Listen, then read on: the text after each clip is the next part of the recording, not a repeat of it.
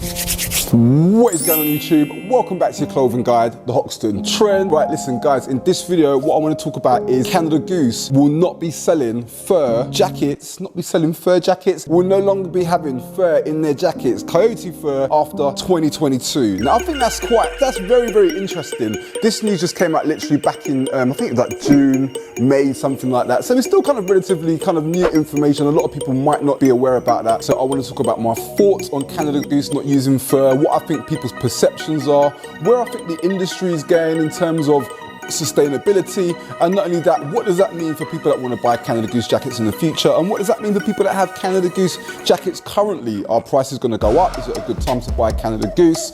I'm going to discuss all of this in this video, okay? I've done a lot of content on Canada Goose, and the information that I have had is, or the information that I've read, is that Canada Goose will no longer be purchasing coyote fur as of the end of this year, and actually they will no longer be producing jackets with coyote fur as of the end of 2022. After 2022, you will not be able to get any Canada Goose jackets with fur anymore. Canada Goose has long been criticized for having fur in their product. Even outside their store over in Regent Street, you're always getting protests and people chucking paint over people, apparently. So I've heard, big arguments, big scenes being made on Regent Street, which is a big shopping destination here in London. But the Canada Goose store there always seems to get a lot of abuse. I remember when I made some of my first content on Canada Goose, and I remember when I put the video out, the video was quite popular, but I got a lot of backlash from people who were just jumping on the videos, who were not followers, making comments that, you're a coyote killer, and you all this type of stuff, I hate you.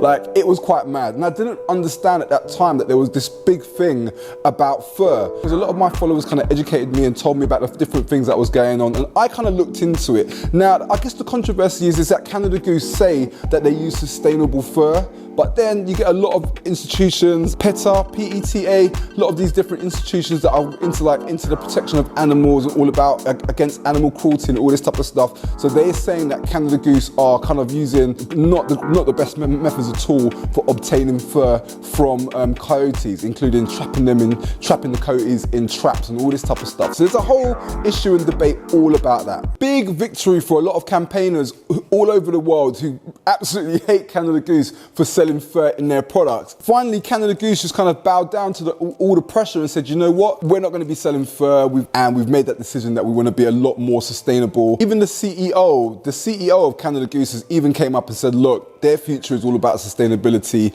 and the fact that they will no longer use fur is showing that they're moving into that direction. If you look at brands in general and you want to see where the trends are going, it's all about sustainability, it's all about recycled materials. Even if you look at brands like Nike, they've got this zero waste commitment. If you look at Selfridges do not sell any products with fur. So even if you buy Canada Goose currently from Selfridges, even the jackets that come with the fur, they actually remove the fur before they send them to Selfridges, because Selfridges request that. Gucci as well also announced that they won't be doing any fur products anymore. So this is definitely something that is just not Canada Goose. This is somewhere that the whole industry is trying to work towards. Even myself, I've been looking about sustainability and understanding about fashion, especially fast fashion brands, how much waste that they produce, and apparently 60% of the fashion that's even purchased is not even worn. So a lot of it gets thrown away, a lot of it gets sent to refuse, and there's so much waste that goes into the production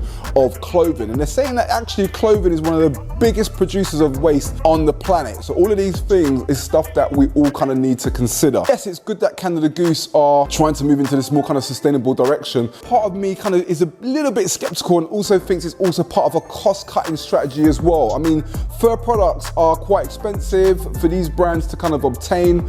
For them, if they don't have fur, it just means it brings the cost down. It doesn't mean the price of the jacket is going down. The price of the jackets are still going up. If you look at Canada Goose prices over the last 5 years, I remember when chili wax were £675, now chili wax are £850. In a skeptical type of way, part of a cost-cutting strategy as well. When we talk about the perception of Canada Goose not having fur anymore, I think people that do buy Canada Goose buy it and they don't care about the fur issue. That's how I genuinely feel, because I do talk to my audience, I do talk to my followers, And a lot of them say, look, they love fur. They love the kind of luxury feel of the fur and the whole kind of luxury thing about it. And you know, that's what makes the jacket. So I know a lot of people feel that way. Another thing I think is quite interesting and which has made me feel that Canada Goose knew about this move they were going to make from a long while ago is that actually Canada Goose now have removable trims for their hoods. There could be opportunities for companies and other brands to make fur ruffs to replace the hood trims, which are kind of like unofficial add-ons to the jacket.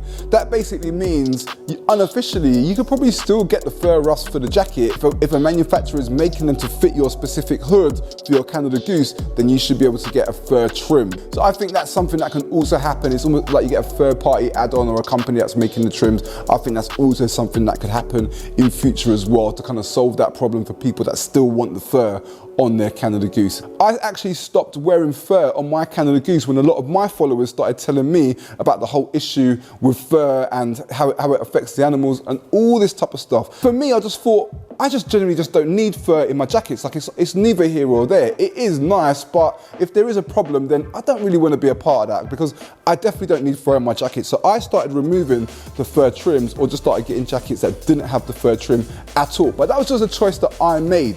I just feel it's each to their own. People can do their own research and kind of find out information, and they should be entitled to make their own choices about what type of stuff they want to wear. A lot of people might be wondering, what does that mean for people that want to buy jackets after 2022? I mean, after all, we still got about a year and a half? Well, what it basically means is from now on, after 2022, if you buy a Canada Goose jacket and you're really into the fur thing, you won't be able to get that from Canada Goose anymore. So that will stop. So there's also a thriving second-hand market, okay? So second-hand clothing, I think, is a big thing, and it's definitely a way to go towards sustainability because you're kind of recycling items. If you know how to source second-hand Canada Goose jackets from places like eBay, Depop, or even better, our Facebook marketplace group where a lot of our followers buy and sell, then you can go ahead and get yourself a second-hand Canada Goose which still has the fur. Sometimes the jackets can come with issues, sometimes they can have fading, little bits of holes that you see on the cuffs, so you got to know how to select your Canada Goose jackets, guys. If you want me to make a video on how to select Canada Goose jackets, especially during the winter time when people are going to be looking for stuff like that and are not looking to spend £1,000 on a jacket, I can do a video like that also as well, okay? Also, there's alternatives that people can buy as well. So if you're looking for like cheaper jackets and stuff like that, I can also do a video that can kind of show you a low cost alternative to Canada Goose jackets. What does it mean for people that have existing Canada Goose jackets already with the fur? I think these jackets will really maintain their value. I think like moving forward, a lot of people are going to want the jackets with the fur. Look, it's going to be a thing where in like 3 years time, people are going to go, oh, I want a pre-2022 Canada Goose jacket with the fur. So I think the second-hand market for Canada Goose is going to hold up really well. So remember, if you've got a Canada Goose, make sure to look after the jacket properly, make sure to keep the tags, the hangers, the boxes, anything that's come with it, receipts, keep all of those things, keep the jacket in a very good condition, make sure to follow the washing instructions. Every jacket is different. You will maintain the value of your jacket and keep it in a good condition. So when it comes time to sell, you will be able to recoup a lot of the money, especially if you bought that jacket secondhand. In some instances, if you buy it at a good price, you may even be able to get more than what you paid for that jacket, okay?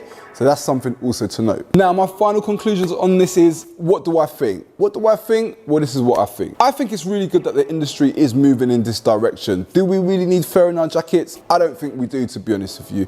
Anything that's kind of affecting animals or affecting our environment to make this to make products that we kind of materialistically need is not really needed, and that's just my opinion. So if the industry is moving towards that direction, it's because there's been a lot of pressure from people, consumers, that are just, our habits are kind of like just changing. We're becoming more conscious about things, more conscious about the things we use, more conscious about waste. So overall, I think this is actually a very good thing. Another thing as well is I think the second-hand market for clothing is going to get even bigger and bigger and bigger. So there's a lot of opportunities there. Even rental services now are kind of marketing themselves as less waste, like just rent something and then you kind of like give it back and then more people can use it. That's how rental services now are kind of positioning themselves, and I think that's something that is also going to take off in a big way. So guys, listen, that's it. I hope you found that informative. I hope you found it useful. If you have any questions, remember you can always check me out on our Instagram or leave a comment on the comments box below, or don't forget to follow our Facebook group